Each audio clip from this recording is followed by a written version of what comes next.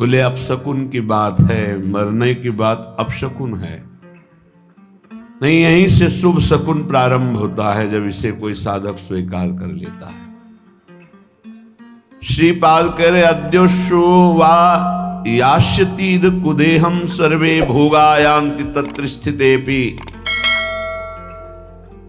तस्मात् सौख्याभास उच्चर विभाति नित्यानंदे नंद वृंदावनांत।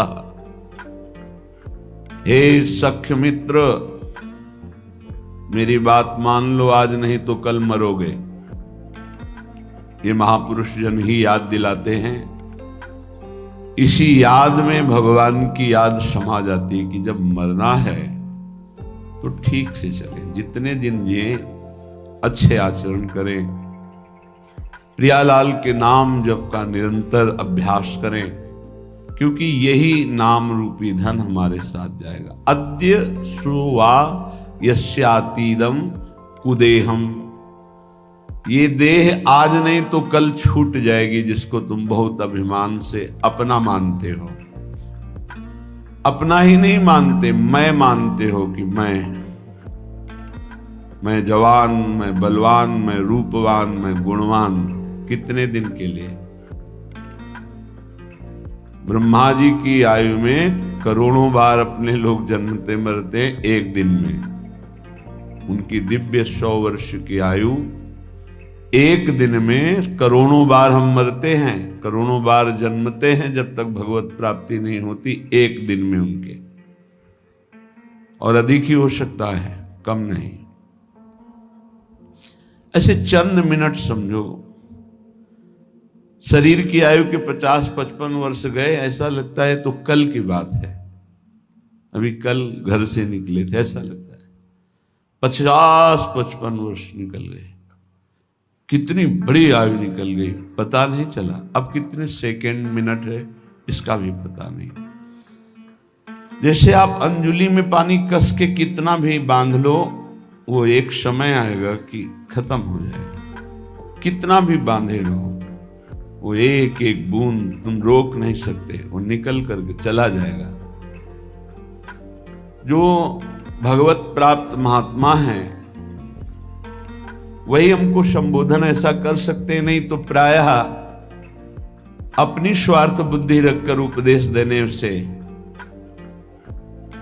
किसी भी जीव के हृदय में संसार से उदासीनता पैदा नहीं होती, और बिना संसार से उदास हुए कोई सच्चिदानंद भगवान का नाम जप या भगवत प्राप्ति की चाह कर ही नहीं सकता।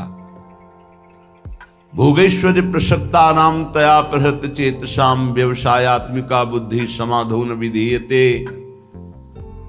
ये व्यभिचारिणी बुद्धि कभी जनेन्द्री को लेकर, कभी रसेंद्री को लेकर, कभी ये गंदी वृत्ति वाली भोगों में सुख निश्चय कराकर पूरा जीवन व्यतीत होता जाता है और नष्ट हो जाता है। जिसका भोगों में और ऐश्वर्य में महत्व बुद्धि है, चित्त अपहरण कर लिया गया है, वो कभी भगवत प्राप्ति का निश्चय ही नहीं कर पाता।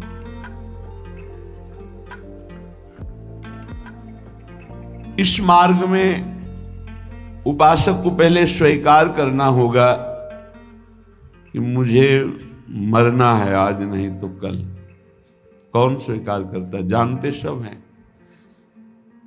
गांव में जब किसी का शव ले जाते हैं तो घाट में बैठकर उसके परिवार वालों को समझाते हैं, रो मत भाई, सबको जाना है, आज ये गया कल और जाएंगे, सबको मरना है, रो मत। रोना ठीक नहीं। कितना बढ़िया ज्ञान उसको। फिर वही, क्या वो ये सोच पाता है कि मेरे को भी जाना है? तो जो रास्ते में बोलते चले आए कि राम नाम सत्य है, गोविंद नाम सत्य है, गोपाल नाम सत्य है, तो हम उस सत्य को निरंतर रटें? पर नहीं, वो केवल एक व्यवहार मात्र होता है। संत जन कह रहे हैं, भाई रे तेरी अवधि बीती जाए, हर समय स्वस्थ नहीं रहोगे। अभी एक रास्ते में दर्शन हुआ, उनको लीवर में कैंसर है, खड़े नहीं हो पा रहे, लोग पकड़े हुए थे, अश्रु, विषाद, घोर दुख। अब क्या होगा? अब क्या होगा? क्या साधन बनेगा? चलो, बुलाया वृंदावन ने, 2-4 बार सामने खड़े होके राधा बोलो, राधा राधा, ये उनका कल्याण का काम हो गया। चिता लग चुकी हो और वहां नाम कीर्तन करके अगर किसी संत महात्मा की दृष्टि पहुंच जाए तो उस जीव का कल्याण हो जाएगा। जिसकी चिता, अगर कहीं महात्मा बैठकर भजन किया है और वहां कोई थोड़ी देर भी बैठ गया है, उसके निष्पाप की स्थिति आ जाएगी, पाप नष्ट हो जाएंगे। बड़ा महिमा प्रताप है। तुम गर्भ में भूल रहे हो कि तुम्हारा शरीर स्वस्थ है, तुम जो चाहो भोग सकते हो, जो चाहो कर सकते हो। भूलो मत, तुम्हारी प्रतिपल आयु कम हो रही है। भाई रे तेरी अवधि बीती जाए, अंजुलि जल घटत जैसे, तारे ज्यों पर भात, श्वास पूंजी गांठ तेरी, सो घटत दिन रात। भाई रे तेरी अवधि बीती जात। ए भाई, मेरी बात मान लो, तुम्हारी आयु जा रही है। अंजलि में जैसे जल कितना भी पकड़ो खत्म ही हो जाएगा। जैसे प्रभात काल में तारे तेजहीन हो जाते हैं, ऐसे ही तुम्हारी आयु, तुम्हारी कीर्ति, तुम्हारी संपत्ति, तुम्हारे परिवार, कोई तुम्हारा साथ नहीं, सब छूटेगा। सब एक साथ, एक झटके में सब खत्म हो जाए। तुम केवल अकेले जो पाप पुण्य किए, बस वो तुम्हारे साथ। ये दोनों पाप पुण्य बांधने वाले हैं। एक केवल नाम ऐसा है जो आपका परम कल्याण। नाम रूपी धन लेके जाओगे तो ब्रह्मा भी नमस्कार करेंगे। न्यायाधीश धर्मराज के दरबार में तुम्हारे न्याय की जरूरत नहीं पड़ेगी। नाम जापक को धर्मराज के पास जाना नहीं होता, उसका न्याय स्वयं श्री हरि के दरबार में होता है। वो चाहे 10-20 बार ही नाम क्यों न लिया हो, ध्यान रखना। यदि 10-20 बार नाम सुरक्षित रख सके, वैष्णव अपराध न करे, निंदा न करे, तो 10-20 बार का नाम ही उसका परम कल्याण कर देगा। तुम्हारी गांठ की अमृतमयी पूंजी नष्ट हो रही, श्वास, बहुत खतरा है। ये श्वास जो बहुत आराम से ले रहे हो, एक दिन ऐसा आएगा ये श्वास नहीं ले पाओगे।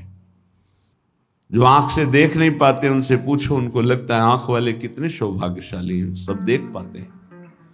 जिनके कान की श्रवणेंद्रिय शब्द नहीं सुनती, उनको लगता है कितने सौभाग्यशाली हैं जो सुनते हैं। तुम देख रहे हो, चल रहे हो, सुन रहे हो, बोल रहे हो, खा रहे हो, स्वस्थ हो। अवसर है भगवत प्राप्ति का, बाद में पछताना होगा। ये अवसर है, तुम्हारी श्वास की पूंजी नष्ट हो रही है। जो श्वास नाम में गई वही सार्थक नहीं, सब बेकार, सब बेकार। लाखों बार भोग भोग लो, हर भोग, लेकिन फिर भी वही भोग तृष्णा। क्या माया का खेल है। लाखों बार भोग लो, फिर लगता है एक बार भोग करके देखो कितना सुख मिलेगा। यही मन, यही बुद्धि, ये खा के देख लो, ये देख लो, ये सूंघ लो, ये भोग लो। ये ठग हमारी श्वास रूपी पूंजी को नष्ट कर रहे हैं। हे भाई, जो श्वास चली गई वो दोबारा नहीं आने वाली। इसमें संत जन श्वास का लाभ ले पाते हैं, चाहे वो गृहस्थ संत हो या विरक्त संत। संत कहते हैं जो एकमात्र श्री भगवान को अपना मानकर निरंतर चित्तवृत्ति को प्रभु में लगाते हैं, सद आचरण करते, उन्हें संत कहते हैं। चाहे वो पैंट शर्ट में हो, चाहे वो अन्य वेश में हो। अगर विवेक नहीं है, अंदर से वैराग्य नहीं है, भगवत चरणारविंद का चिंतन नहीं है, तो पाखंड है चाहे जो हो। बिन विवेक वैराग्य भक्ति बिनु सत्य न एको मानो, भगवत विमुख कपट चतुराई सो पाखंड नहीं जानो। पाखंड का स्वरूप न विवेक है, न वैराग्य है, न भगवदाकार वृत्ति है, केवल पाखंड ही पाखंड है। और ये बहुतायत कलयुग का प्रभाव फैलाएगा, कोई बिरला पाखंड से बच पाएगा।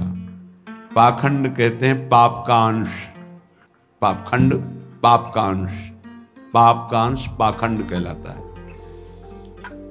हम निष्पाप वेश धारण किए हुए हैं, आचरण पाप का करते हैं तो पाखंड है, दुर्गति होगी। निष्पाप मार्ग के पथिक हैं, भूली न देह कुमारक पाऊं, थोड़ा भी पाप तो पाखंड है। पाप धर्म शास्त्र के विरुद्ध बोलना, देखना, सुनना, भोगना सब पाप है। शास्त्र सम्मत आचरण करना ये साधुता का लक्षण है, वो चाहे गृहस्थ में हो चाहे विरक्त में। तस्मात् शास्त्रम प्रमाणन्ते कार्याकार्यो व्यवस्थित हो। कार्य और अकार्य की व्यवस्था शास्त्र के अनुसार करे उसे साधु कहते हैं। तुम्हारी श्वास की पूंजी जा रही, बहुत कीमती श्वास है। अज्ञान के कारण तुम सोचते हो कि नाम छूट गया, लेकिन 1 लाख रुपया तो मिल गया। क्या करोगे 1 लाख? 1 लाख का महत्व क्या है? भोग सामग्री मिलेगी। क्या करोगे भोग सामग्री? भोगेंगे किससे? इंद्रिय और मन से। पुनः गंदे हो जाएंगे, पुनः गंदे हो जाएंगे। अगर साधन से थोड़ा पवित्र हुए फिर गंदे। हमारा नाम चल रहा है, फिर प्रसाद का सेवन करते हुए भगवत आचरण कर रहे हैं, कोई घाटा नहीं। हर श्वास श्वास श्वास सुमिरन करे, दुविधा रहे न कोई, निश्चित भगवत प्राप्ति होगी। नाम श्वास दोनों समान हो जाएं, श्वास ही नाम, नाम ही श्वासा, नाम श्वास को भेद मिटावे। अब श्वास की कीमत पता चली। कई बार सत्संग में कहा है 50 वर्ष मेहनत करके कमाया है, तुम्हारी अंतिम श्वास और कह दो 50 वर्ष की कमाई, 50 वर्ष की श्वासों के द्वारा कमाया हुआ ये वैभव धन संपत्ति आपको देते हैं। हे भगवान, एक श्वास और बढ़ा दो, नहीं बढ़ेगी। ऐसी कीमती श्वासों को जो तुम्हारे जीवन भर की संपत्ति देने पर एक श्वास नहीं बढ़ सकती, तुमने बेकार खर्चा कर दिया, व्यर्थ जीवन गया। साधु संगति पैठ लागी, ले लगे सोई हाथ, बड़ो सौदा हरि सुमिरो, सुमिर लीजे प्रात भाई रे, अवधि बीती जात। अगर श्वासें सार्थक करनी तो साधु संगति करो। साधु संगति करी अनुदिन राति, रात दिन साधु संगति करो। साधु संगत से तुम्हें पता चलेगा कि महंगा सौदा कौन है। बोले हरि, सबसे महंगे हैं हरि। ये लोक परलोक की संपत्ति से नहीं खरीदे जा सकते, तपस्या से नहीं खरीदे जा सकते, साधना से नहीं खरीदे जा सकते। अगर इनको पाना है तो साधु संगति करो। और साधु संगत से जो हरि नाम मिला, राधा नाम मिला, बोले सुमिर लीजिए, बस इसी को सुमिरो। कम से कम गृहस्थी में हो तो सायं प्रातः 2 समय तो एकांत का सेवन कर लो। प्रातःकालीन वेला पर उठो। अगर आपको शौच आदि नहीं लगी तो अपने आसन पर बैठकर नाम जप करो। मंत्र जप का अधिकार गृहस्थी के आसनों पर बैठकर नहीं है, वो पहले स्नान आदि करके पवित्र आसनों में बैठे, शयन वाले आश्रम में नहीं। विरक्त जगते ही मंत्र जप करता है, क्योंकि उसका शरीर पवित्र, उसका आसन पवित्र, उसके विचार पवित्र। कम से कम 2 टाइम तो भजन का बना लो। प्रातःकालीन बेला में 2 घंटे एकांत भजन, 3 से 5, फिर और सबका। जब रात्रि में सोने जा रहे हो तब प्रपंच नहीं, नाम जप करते, मानो मृत्यु की शैया पे जा रहे हैं, पता नहीं जगे कि ना जगे। इस साधु संगति से ही तुम्हारी ऐसी वृत्ति बनेगी, अन्यथा नहीं। काम क्रोध दलाल हैं, मत बनिज कर इन साथ, लोभ मोह विशेष ठगिया, लगे हैं तेरी घात। भाई रे तेरी अवधि बीती जात। साधु संगत से तुमने नाम सुमिरन शुरू किया, नाम रूपी धन कमाना शुरू किया, तो ये दलाल लग जाएंगे। यही आकर्षण, परस्पर प्रतिकूल शरीरों के भोगने का आकर्षण बड़े बड़े ऊंचाई से गिरा देता है। सत्संग में पर्दा नहीं होता, पर्दा रहित होता है। हम सब भगवान के अंश है, न कोई स्त्री है न पुरुष है, ढांचे हैं स्त्री पुरुष के, पर माया का जाल ऐसा है, परस्पर इन ढांचों का इतना जोर का आकर्षण है। बड़े बड़े ऊंचाई पर जो अपने साधन का अहंकार रहते हैं, घुटने टेक दिए माया के आगे। अगर बचा कोई तो दैन्य और भगवत आश्रित उनकी रखवारी भगवान कर लेते हैं, गिरते गिरते बचा लेते हैं, गिरे हुए को उठाकर ऊंचा उठा देते हैं। एक काम क्रोध ऐसे दलाल शब्द का मतलब बहुत मीठा बोलकर अपना बनाकर फिर गांठ का धन ले लेना। सुधामयम वाचो कामिनाम रसवर्धनम हृदय क्षुरधाराभम। इन ठग दलालों की वचन कैसे होंगे? कामिनाम रसवर्धनम, अंदर ही बैठे हैं, देखो ये भोग है, फ्री है, भोग लो, सुखी हो जाओगे। वो बार बार सोचता है नहीं भगवान की प्राप्ति करनी। अरे भगवान तो कृपालु है, क्षमा कर देंगे, आगे मिल जाएंगे, ये भोग थोड़ी मिलेगा। दांव लगा है, भोग लो। बस साधक को लगा कि जिंदगी का परम लाभ मिल गया। बोले इतना महंगा सौदा एकत्रित किया था, सब छीन लिया। इन ठगों ने, दलालों ने, काम क्रोध आदि दलालों ने मिलकर ठग लिया। अब जहां हरि स्मृति थी वहां भोग स्मृति चालू। ऐसे भोगा, ऐसे भोगेंगे, ऐसा ऐसा ऐसा चिंतन। ध्यायतो विषयान पुंसात् संगस्ते सूपजायते। बार बार संग करने की इच्छा, तो कामा संजायते क्रोधा, क्रोधा स्मृति विभ्रमा, स्मृति भ्रंशात् बुद्धिनाशो, बुद्धिनाशात् प्रणश्यते। सर्वनाश। ये लोभ मोह बड़े ही ठगिया हैं, ठग हैं। लोभ, भोगों को प्राप्त करने की प्रबल इच्छा होने से हमारे हृदय में लोभ जागृत हो जाता है। इसलिए पैसे पर महत्व हुआ, मारा गया, नाम का महत्व चला गया। मोह बहुत ही प्रचंड है ये मोह। मोह मूल बहुशूल प्रद त्यागहु तम अभिमान। ये मोह सकल व्याधिन कर मूला। तेरी गात में बैठे हैं, तेरा नाम रूपी पुण्य रूपी सारा धन ये ठग चुरा लेंगे। काम क्रोध लोभ मोह आदि कैसे बचे? शब्द गुरु को राख हृदय, तो दगा नहीं खात। आपनी चतुराई बुद्धि पर, तो फिर खाएगो मात।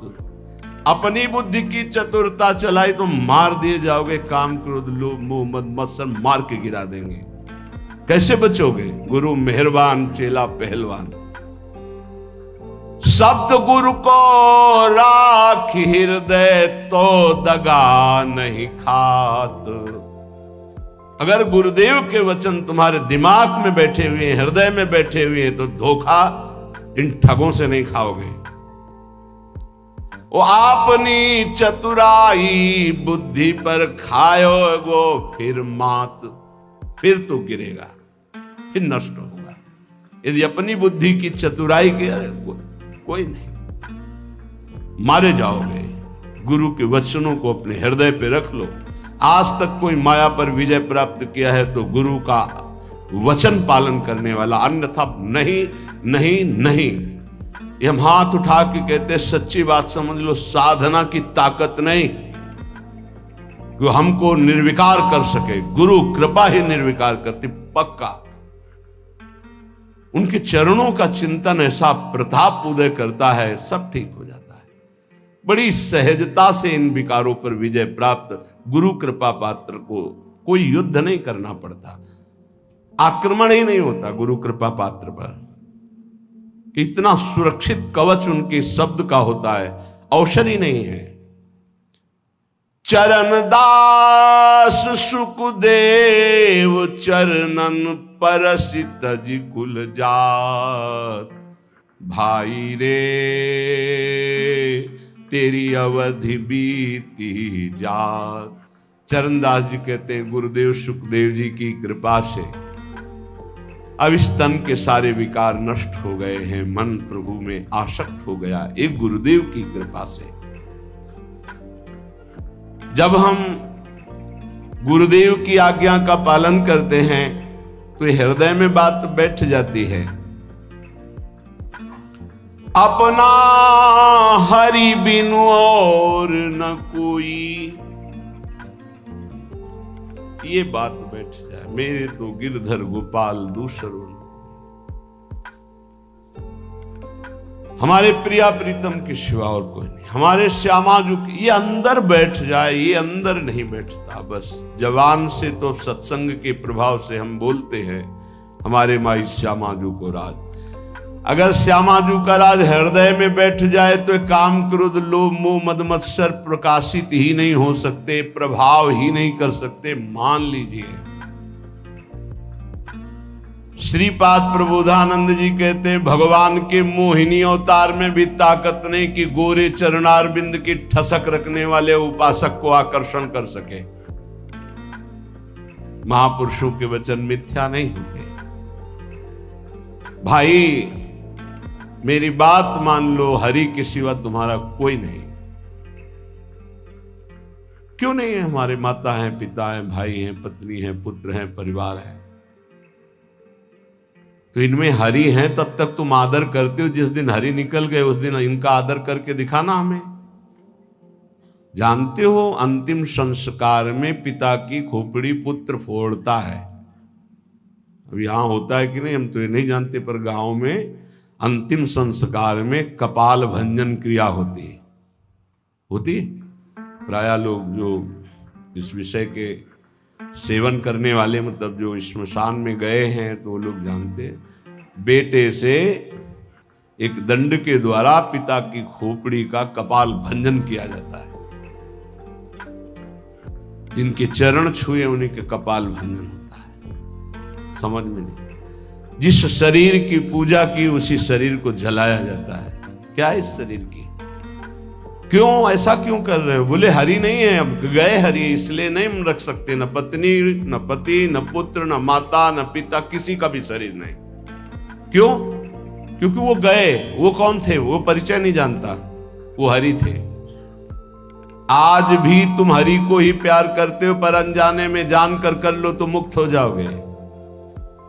मातु पिता सुत बंधु कुटुंब सब स्वार्थ ही के होई, अपना हरि बिनु और न कोई।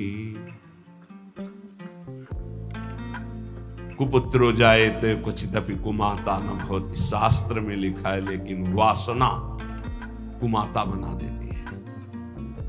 एक घटना, बड़ा धनी परिवार, जरूर ध्यान से सुनना। पति ऑफिसर, खूब धन व्यवस्था, पत्नी और 2 पुत्र, एक पुत्र एक पुत्री, बहुत ही लाडले सुंदर। पूर्व जीवन में उसने जो अपना मित्र बनाया था, फोन का जमाना, बात करके वो अटैची लेके घर आया। उनकी नजदीक ही कोई नौकरी थी जिसमें वो शाम के घर आ जाते थे। देखा घर में कौन है, कहा हमारा कजन है, भाई लगता है। उठ के उसने, बड़ा अच्छा किया आप आ गए, बड़ा सज्जन पुरुष था, अच्छा किया आपने आ गए। पहले मैं तो होटल में रुकना चाहता था, पर दीदी ने कहा यहां आ जाओ। बहुत अच्छा। वो बोली कुछ समय के लिए आए हुए तो यहीं रुक जाए क्या?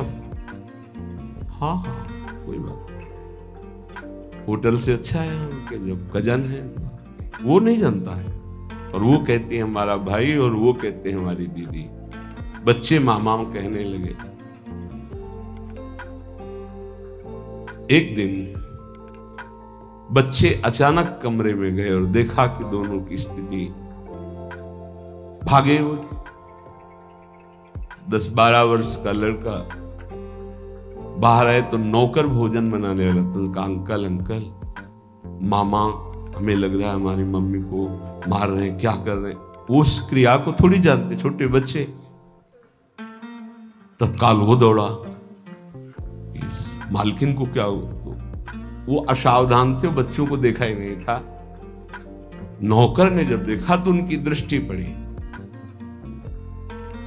अब वो नौकर तो नौकर बाहर निकले और कहा हमें मालकिन नौकरी से मतलब, हमें क्या बोलना है। और डर गए। उसने कहा आज भोजन हम बनाएंगे अपनी रुचि का, आप बैठे। भोजन में जहर मिलाया, मीठा जहर। पहले से होगी व्यवस्था कुछ ऐसा, जैसा विधान। दोनों बच्चे बेहोश हो गए, इतना कम जहर दिया। नौकर को थोड़ा ज्यादा दिया, मरा नहीं, पर वो मरणासन में पड़ा था। अब उन्होंने कहा पहले पुत्र और पुत्री को, छोटा सा पहाड़ था, वहां तक गाड़ी जाती थी, गाड़ी चला के स्वयं गए। उनका मित्र जो भाई बनकर आए, दोनों को उठा के बच्चों को जमीन वहां से पटक दिया कि अगर जो बचे हों जहर से वो। लौट के आए, नौकर बेहोश पड़ा था, इतने में वो आ गया पति। अब नाटक शुरू, क्योंकि सीसी कैमरा लगा था। खूब रोना, दरवाजा क्या हो गया? ये बेहोशी का नाटक कर रहा है, बच्चों को गायब कर दिया हमने। जब बहुत पूछा तो बेहोश होकर गिर गया, नाटक कर रहा है, इसने हमारे बच्चों को गायब कर दिया। तुरंत पुलिस को फोन किया, पुलिस आई, उसकी चेक करवाई तो बेहोश। उनका नाटक तो नहीं, तो बेहोश है। डॉक्टर ने चेक किया कि इसमें जहर खवाया गया इसको, वो तो पूरा उसको इंजेक्शन लगाया गया, थोड़ा होश आया। भारी पिटाई उसकी हुई नौकर की। कहाँ है लड़के? उनका मालिक साहब हमें पता ही नहीं, हमको तो भोजन किसने बनाया? मालकिन ने बनाया। ये पिटाई वहां उसकी हो रही थी, जब उसने कहा मालकिन ने, तो दिमाग उनका खटका, भागे वहां। तो वहां पति को कुर्सी में बांध करके दोनों मिल करके खूब डट के उनकी पिटाई कर रहे थे। और अंतिम था कि उनका उतने में वो, अब अगर वो नहीं खोलते तो 1 मिनट में दरवाजा तोड़ दिया जाए, खोले। अब तो कुछ था नहीं, सब पूरी बात फाइनल में हो गई। जब थप्पड़ के आगे किसकी रुकती, पूरी बात। क्यों मारा बच्चों को? मार दिया, वहां से फेंक दिया। ये कौन है? तो बॉयफ्रेंड पहले। इसीलिए हम बार बार एकांतिक में, सत्संग में कहते हैं ये बॉयफ्रेंड गर्लफ्रेंड तुम्हारे जीवन का बहुत बड़ा नाशकारी। ये कौन माता ऐसा चाहेगी अपने लाडले पुत्रों की हत्या? लेकिन काम वासना ऐसा खेल कर दी।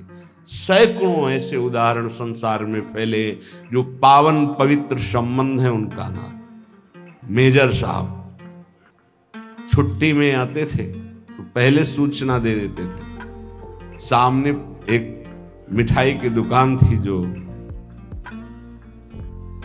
उसका मालिक था नवयुवक, उसका संबंध। अचानक वो बिना कुछ सूचना दिए, गेटमैन साहब अंदर नहीं जा सकते। पागल हो तुम, मेरा बंगला, मेरा परिवार, मैं अंदर नहीं जा। वो मालकिन का हुक्म है कि मेरे आज्ञा उसको दबका है। मेरा मकान, मेरे को कैसे तू रोक रहा है? बोले मालकिन ने कहा तो कोई ना आने पावे। फौरन अंदर गए तो मिल गए वो। और तो मेजर तो पिटाई शुरू की। पत्नी को पीट रहे थे, इतने में उसने उनको कवर किया। पत्नी ने राधे राधे। वहीं अंदर जो फूलों का, बंगले में तो सारी व्यवस्था थी मेजर, वहीं बंगले के अंदर ही। अब छुट्टी का समय खत्म हुआ, उनके यहाँ फोन आया, तुम्हारे यहाँ उनको बात करवा, बिना अनुमति के इतने दिन हो गए, छुट्टी के ऊपर आए क्यों नहीं? यहाँ तो आए ही नहीं। ऐसा कैसे हो सकता है? मेजर एक अच्छी पदवी होती है यार, ऐसा कैसे हो सकता है? वो तो छुट्टी लेके घर के लिए गए। पूरा फोर्स उधर का गिरा करके, उन लोगों की अलग प्रणाली होती है। गेटमैन की जो धुलाई शुरू की, आए थे? हाँ साहब आए थे। तारीख, समय पूरा। हाँ साहब इतने निकले नहीं, जिस दिन से अंदर गए निकले। आप कहाँ है? आखिरी कहाँ है? मतलब पिटाई के बाद आखिरी। मेजर साहब की हालत शरीर की भी नष्ट हो चुकी थी, जो गाड़ दिया गया था। क्या है? पत्नी का संबंध। एक दिन सुनाया था, पत्नी को आग डाल के जला दिया था, पति का संबंध। माता पिता को अनाथालय में, ऐसे पुत्र का संबंध। माता पिता अपने पुत्र को, अभी सुना, ये सब क्या है? काम, क्रोध, लोभ, मोह, मद, मत्सर के वशीभूत होकर इन संबंधों में कोई प्यार रह गया है? पति पत्नी में विश्वास नहीं, माता पुत्र में विश्वास नहीं। कितनी घटनाएं इतनी है। भाई अपना हरि बिनु और न कोई, मातु पिता सुत बंधु कुटुंब सब स्वार्थ ही के होई। अपना हरि बिनु और न कोई। आपको लगता है आपको कोई प्यार करता है? कब तक? जब तक आप स्वार्थ के लायक हो, नहीं तो कोई प्यार नहीं करता। निज अनुभव ये कहो खगेशा। इसलिए संत जन कहते हैं, अपना हरि बिनु और न कोई। ये काया को भोग बहुत दे, मर्दन करी करी धोई। सो भी छूटत नेक तनिक सी, संग न चाले कोई। अपना हरि बिनु और न कोई। श्री चरणदास जी महाराज बड़े ऊंचे महापुरुष हैं। इस शरीर को क्या क्या नहीं खिलाया, इस शरीर के लिए पाप किए गए, बड़ा मलमल के धोया, सजाया, सुरक्षित रखा। ये भी नीच हमारा साथ नहीं दिया, ये भी साथ नहीं, ये भी साथ नहीं देता। पक्का समझ लीजिए, साथ देती नहीं है किसी का ये साथ। इस देही और तो बात जले तो सम्मा बुझ जाएगी, जलते जलते दम निकल जाएगा आदमी का। क्या भरोसा है इस जिंदगी का?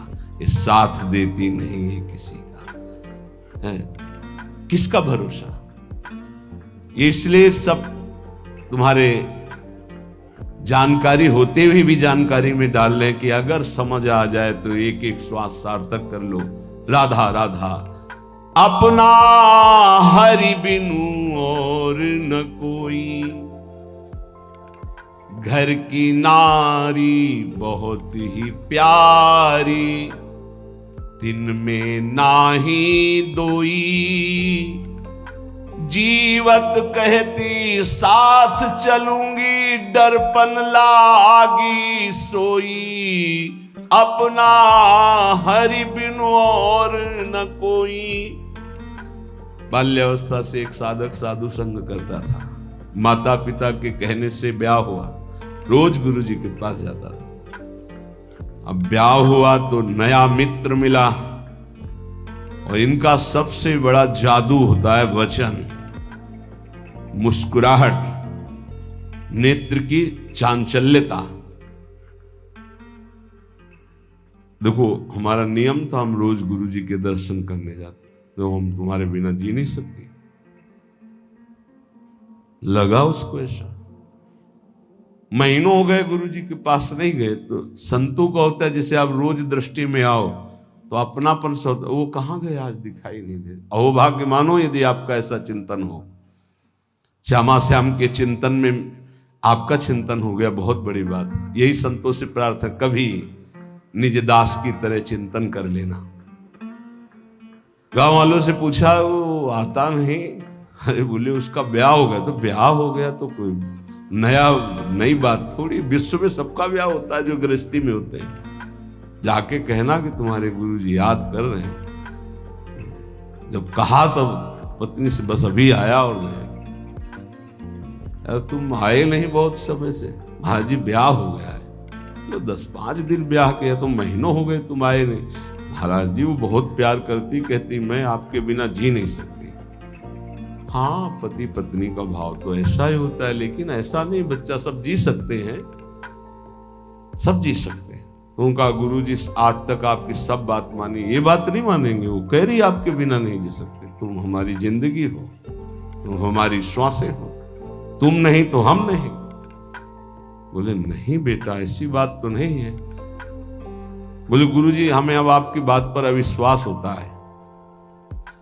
हाँ, माया का जाल ऐसा ही कि गुरु की बात पर अविश्वास होगा और माया की बात पर विश्वास होगा। तुम्हें आसन का ज्ञान है जो हमने कराया? बोले हाँ है। तो हम एक प्राणायाम पद्धति बताते हैं जो 15 दिन में अभ्यास में आ जाएगी हमारे प्रभाव से। 5 मिनट 10 मिनट के लिए हम तुम्हें बिल्कुल प्राणों को स्तब्ध करने की क्रिया बता देंगे। ये पूज्य पादुड़िया बाबा में थी। ऐसे बैठ गए तो डॉक्टरों से जांच करा लो, प्राण है ही नहीं। नेत्र ज्यों के त्यों खुले जैसे मृत शरीर के नेत्र। कहीं भी नाड़ी धड़कती नहीं मिलेगी, न दिल, समाधि में स्थित। और वो संकल्पित होती कि 8 घंटा 10 घंटा, इसके बाद वो अपने आप प्राण धड़कने लगेंगे, नाड़ी चलने लगेगी। उन्होंने 5-10 मिनट के लिए, केवल इतने के लिए, और हमारे प्रताप से तुम्हारी श्रवणेंद्री सब सुनती रहेगी। 15 दिन आओ, आ जाएंगे गुरु जी। अब 15 दिन जब रोज जाने की बात हुई तो वहां रोना पीटना। उन्होंने कहा बस 15 दिन की बात है, गुरु जी की सेवा की बात है, 15 दिन में, फिर इसके बाद हम कभी नहीं जाएंगे। चलो भाई, संतों के पास दूसरा कोई जाए तो भले सतोगुणी भाव हो तो बड़ाई करे, संग करते पड़े, अपना लड़का जाने लगे फिर नहीं सुनाई देगा। माया का बड़ा विचित्र खेल। अब वो 15 दिन में अभ्यस्त हो गया। वहां अपने सामने करवा के देखा, 10 मिनट बिल्कुल निस्पंद प्राण। संकल्प में बहुत शक्ति होती है। बोले जाओ, जाके दरवाजे, मेन दरवाजे पर प्राण स्तंभ मंत्र द्वारा करके, बकाया हम आएंगे, प्राण संचलित करेंगे संकल्प के द्वारा, और तुम्हें सुनाई देगा। वो गए, का पद्मासन नहीं लगाना, पैर फैला लेना, दरवाजे की ऐसी ओट ले लेना, पैर फैला, आराम मुद्रा, और उसमें ये मंत्र पढ़ना और प्राण संकल्पित करना। जितने मिनट के लिए हमने कहा बस इतने में हम आ जाएंगे। गया, श्वास रोकी, मंत्र पढ़ा, संकल्पित हुआ, नाड़ी चलना बंद, प्राण स्पंदन बंद, बस श्रवणेंद्रिय से सुनाई दे रहा है। पहले बहुत ऐसे महापुरुष होते थे, 6 महीना के लिए मिट्टी में समाधि ले ली, संकल्पित 6 महीना प्राणवायु ही नहीं चलेगी। 6 महीने के बाद जो समय बताया ठीक उसी समय खोल दो, खोल दिया, पीला शरीर हो गया, सब मरे नहीं, फिर प्रकट। ऐसे बहुत से गंगा किनारे सिद्धों के दर्शन किए, नकल नहीं करनी चाहिए, नहीं वही मर जाओगे, स्थिति होनी चाहिए। हाँ, अब वो हाहाकार मच गया, मेन दरवाजे पे था, लाला लाला हिलाया, नाड़ी देखी धड़, अरे अब रोना धोना सब मच गया, गांव के लोग आ गए, माता पिता बहू की जो स्थिति थी, छाती में हाथ मारना और रोना, वो संत भगवान क्या हुआ क्या हुआ, क्योंकि मात्र 5 मिनट का संकल्प था, 5 मिनट में प्राण स्पंदित हो जाएंगे, अपने आप चलने लगेंगे, और उतने में सारा उनको अनुभव कराना था। क्या हुआ क्या, अरे महाराज माता पिता रो के, देखो महाराज ये आपका चेला, और ऐसा कैसे हो सकता है, अभी तो बेचारे का ब्याह हुआ था, अभी कैसे जा सकता है। नजदीक गए, सबसे ज्यादा प्यार कौन करता है इनको, पत्नी ने कहा मैं, कनेर का फूल जानते हैं, ऐसे ही उसमें चरणामृत ले, बोले ये हमने मंत्र पढ़ करके जल कर दिया, तुम पियो मर जाओगी, ये जीवित हो जाएगा। जो सबसे मैं जी नहीं, वैसे भी आप नहीं जी सकती, चेलो वाले ने बताया था कि आप कहती कि मैं आपके बिना जी नहीं सकती जब हमारे पास, तो वैसे ही तुम मर जाओगी, क्योंकि तो पधारी गया, तो ये पी लो तुम मर जाओगी, ये जी जाएगा। बोले महाराज जो होना सा तो हो ही गया, वो नहीं पिया, और कुछ नहीं है, कुछ नहीं है, चरणामृत है। अच्छा, जो होना था हो गया, मतलब आप नहीं पिएंगी। अब महाराज जैसे भगवान जीवन कटवाना चाहते हैं वैसे काटेंगे, रोना बंद हो गया। और कोई सभा में, सबको पता था महात्मा सिद्ध है, पिएंगे मर जाएंगे, कोई तैयार नहीं। बोले अब चेला हमारा है तो हम ही पी लेते हैं, और उसमें तो चरणामृत था, पिया और जो ही संकल्प किया सो प्राण संचलित हो गए। अब वो बोला गुरुजी 1 मिनट हम घर में नहीं रुके, नहीं बोले घर में ही रहो, लेकिन राग रहित होके रहो। राग नहीं, हमारी शिक्षा का फल परिवार के धर्म से चित होना नहीं, पारिवारिक धर्म का पालन करते हुए ये मानो कि हरि के सिवा कोई अपना नहीं, तो तुम्हारी बात बन जाएगी। कह रहे घर की नारी बहुत ही प्यारी, तिन में नाही दोई, जीवत कहत मैं साथ चलूंगी, डरपन लागी। हम उस कमरे में नहीं जाएंगे, क्यों? आप तो कहती थी आपके बिना जी नहीं सकते, तो जो आप थे उनसे परिचय नहीं था, शरीर से था, तो शरीर है, अब उस कमरे में नहीं जाएंगे। कौन तुम्हारा है? जो कहिए ये द्रव्य आपनो, जिन उज्ज्वल मति खोई, आवत कष्ट रखत रखवारी, चलत प्राण ले जोई, आपनो हरि बिनु नहीं कोई। धन किसकी जान नहीं ले सकता।